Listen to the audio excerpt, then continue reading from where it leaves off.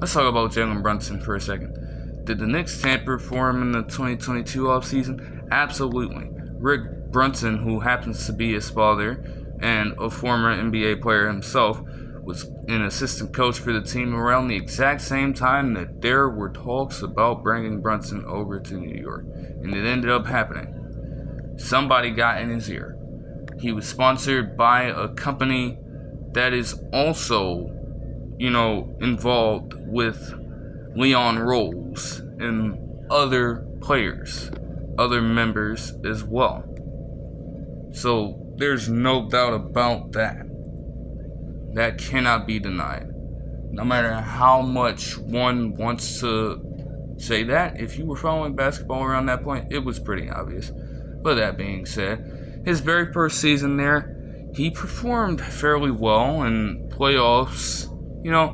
He tailed off just a little bit, but nothing too crazy. They saw promise from a player in Jalen Brunson who was a decent enough sixth man in Dallas, and then having Luka get hurt in the series against the Jazz, stepping up the way he did. They saw elements of that, and so they decided to,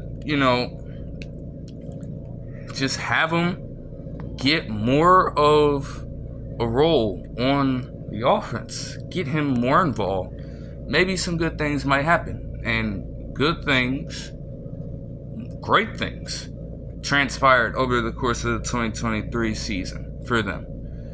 Brunson set multiple franchise milestones, multiple milestones in NBA history, and was basically the face of the team in a way, especially with having Julius Randle out for so long, with having OG Anunoby come in nearly halfway through the season, and he still gets hurt, so he didn't play all that much.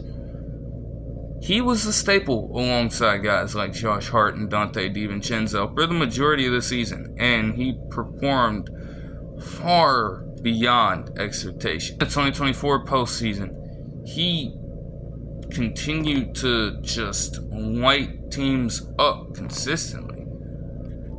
In both series, he performed relatively well despite... In the 2024 postseason, he exceeded his contributions from 2023 and then some, putting up massive performances against the 76ers and Pacers, despite a few duds here and there and getting hurt at the tail end of the Pacers series. He showed the Knicks why they made the right choice in pursuing him the way that they did.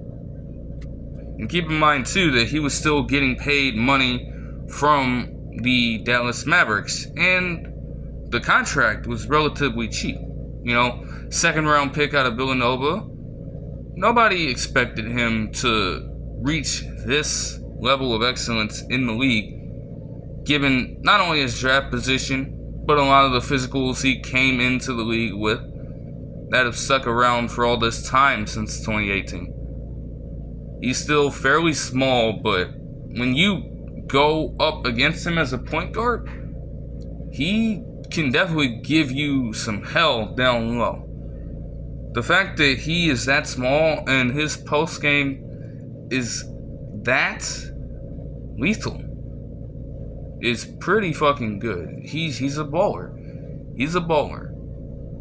You have to account for him so much, and it opened up the floor for guys like DiVincenzo at times to step up when they needed to. Josh Hart was obviously a godsend on the defensive end for them, but even he was not infallible when he got hurt with an abdominal injury at the near tail end of the series as well. So, they come into the offseason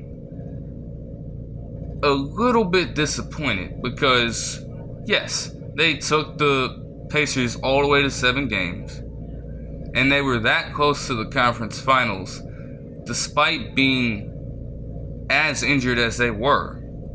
They view it as a win, for sure, but they want to do more.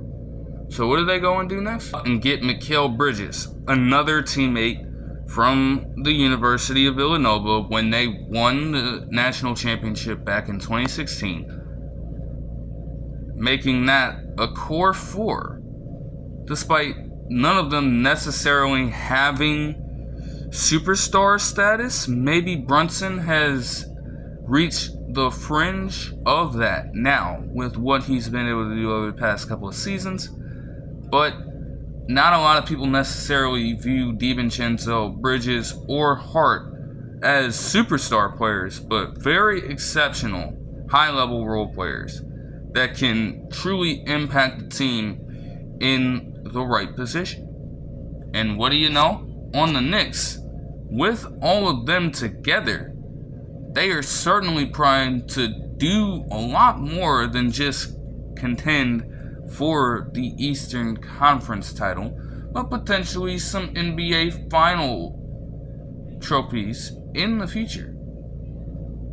Who really knows?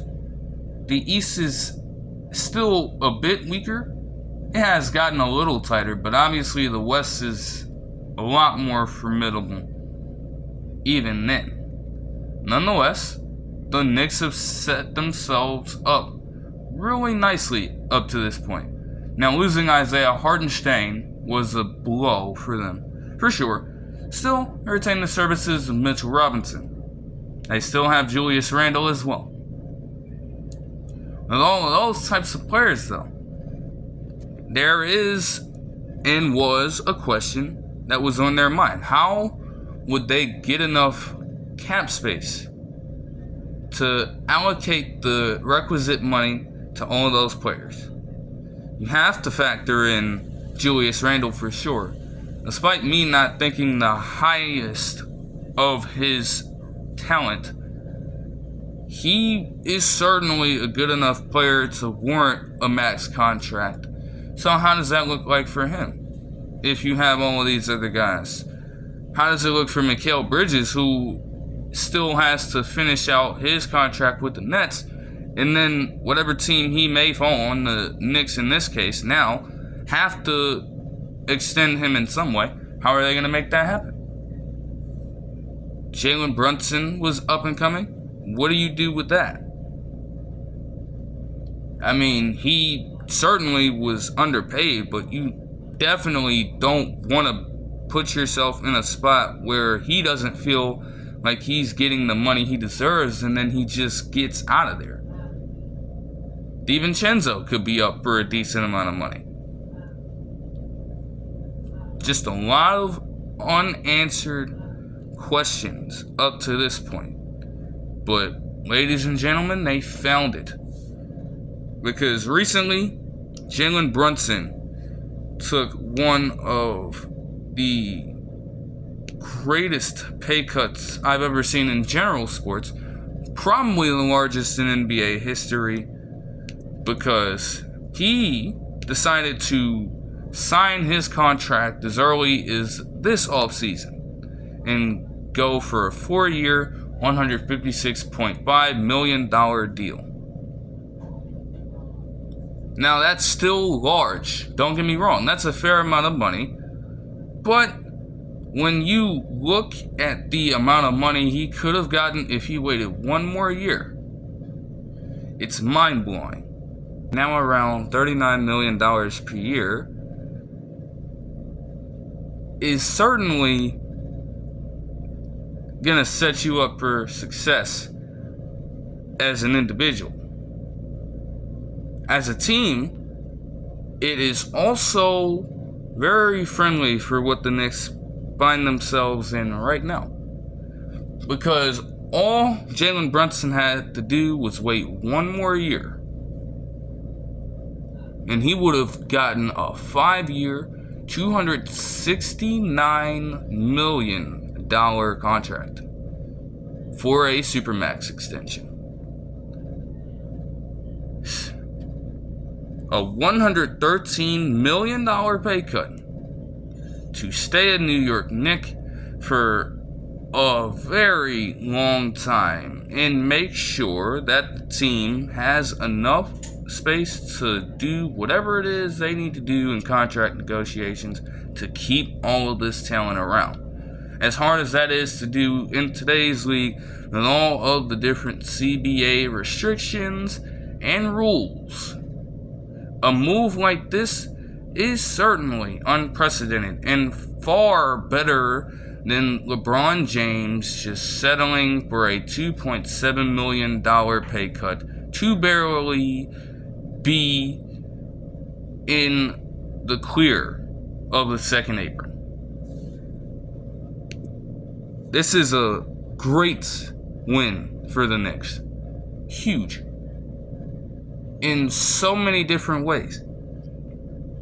All those guys that need to get paid can certainly get paid if they're willing to keep them around, which they probably are. And I mentioned that it would take a player or multiple players on this team being bought in to winning. And Jalen Brunson making a move like that just displayed a great amount of leadership and humility that the team will certainly rally around in a multitude of moments to follow this upcoming season. That breeds infectious, very high quality stuff from Jalen Brunson that will certainly pass down through the mindsets of every single player on that team, and will certainly have everyone have the requisite amount of discipline and focus to go out there, win as much as they need to, and then come postseason, lock in even further, and go out there to potentially contend. And once they find themselves in that spot, they strike, they have it, and they continue to retool as much as they need to. It's that simple.